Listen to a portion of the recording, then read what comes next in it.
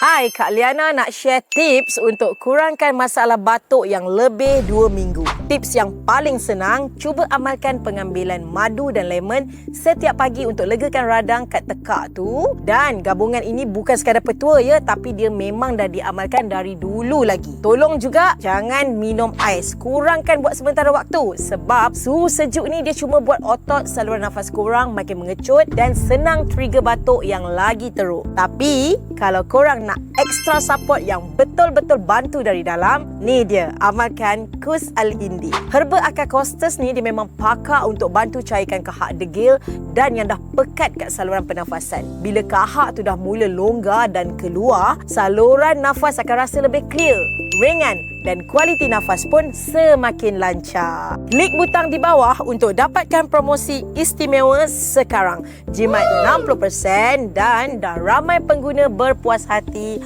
dengan kesan selepas amalkan Kus Al-Hindi.